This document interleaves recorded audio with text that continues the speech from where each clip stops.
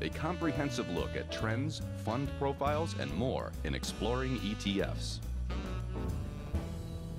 We're going to take a look at a couple of specific ETFs that you might want to consider with our ETF Research Director, Nina Mishra.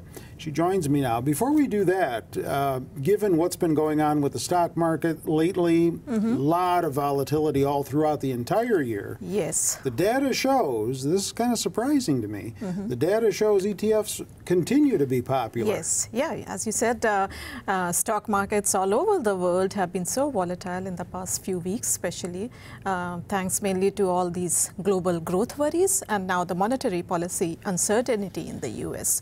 But ETF industry continues to grow and evolve, and during the first 8 months of the year, we saw inflows of $127.5 billion into US ETFs. More than 200 exchange-traded products have been launched in the US this year so far, taking the total number of products to 1786 and assets under management to 1.96 trillion. The industry continues to be ultra competitive and top heavy, with the three largest ETF sponsors, BlackRock, Vanguard, and State Street, managing more than 80% of the total assets, and top 10 products, most popular products, accounting for more than a quarter of total assets in the industry. So it is very difficult and very competitive for newer products to gain entry into this space. So that is why sponsors are now coming up with more unique and more innovative products to break into this ultra-competitive industries. We have seen a number of these unique and innovative ETFs launched recently, and today we are going to discuss two brand new ETFs that, in my view, are quite unique and innovative. So, given the fact that a lot of ETFs are comprised of stocks, right? And against the backdrop of what's been going on all year volatility-wise with the stock markets around the world, do you feel, you've taken a look at all of the inflows and outflow data that was just recently published, do you still feel that stocks are a decent bet here for investors? Yeah, I just looked at, this morning I looked at the September fund flow data for the ETF industry, and US stocks were the biggest winners. They were the best asset gatherers during the month. And I think that investors do realize that with the domestic economy recovering slowly but steadily, and monetary policy still accommodative, and with all the global growth worries, US stocks are still a better bet compared to other assets. So they continue to invest in US stocks. Interesting. All right, the first ETF that you're going to look at is the Goldman Sachs Active Beta US Large Cap Equity ETF. Wow, is that a long name? The ticker is GSLC. It is the first in a series of smart beta ETFs being launched by Goldman Sachs.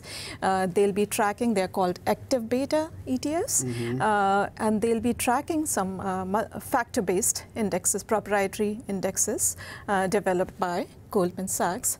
So in simple word, smart beta or active beta, it is a combination of, it is the hybrid between active and passive investing. I see. It seeks to outperform the market while keeping costs low.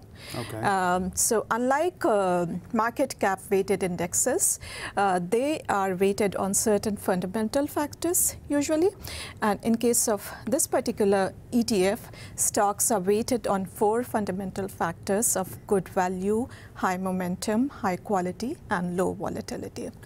What I like best about this new ETF is that it charges an expense ratio of just 9 basis points, which is same as being charged by SPY, which is the most popular ETF in the world, and much lower than the fees being charged by most smart beta ETFs. So it's an interesting product to look at. All right, then you have another new one out in the oil patch, the Market Vectors Oil Refiners ETF, or CRAK, as yes, it's referred to. The ticker is CRAK. And refiners seem to be the only bright spot in the energy industry as of now. That is because lower oil prices can actually boost their profitability. Their profitability is determined by something called CRAK spread, which is the difference between the price of crude oil, their input, and the price of refined products like gasoline. Now, we all know that oil prices have gone down so much, but the price for gasoline that we pay at the gas pump, not so much. So up and down a lot. Yeah, but still that indicates that profitability of these refiners has been increasing. This is the first and only pure play US ETF providing exposure to global oil refiners. It's a bit expensive. It charges an expense ratio of 59 basis points. And that is because it has a lot of exposure. More than half of its assets are in global companies. So it does have a currency risk too, which investors need to be aware of, but a very interesting concept. Okay, interesting on both fronts with each of these. Do you own them? Not yet. Okay. They are brand new, but I'll certainly be watching them. Okay, well, there you have it. And so if you want more information about ETFs, you can always go to our website, Sachs.com, get to the ETF section using the Funds tab in the top toolbar, and there you'll find a lot of interesting information on the space, the ETF space in general, and on ETFs like these specifically. Also, another reminder, if you're watching our videos on YouTube, don't forget, you can subscribe to them there and even comment on them. With Nina, I'm Terry Ruffalo.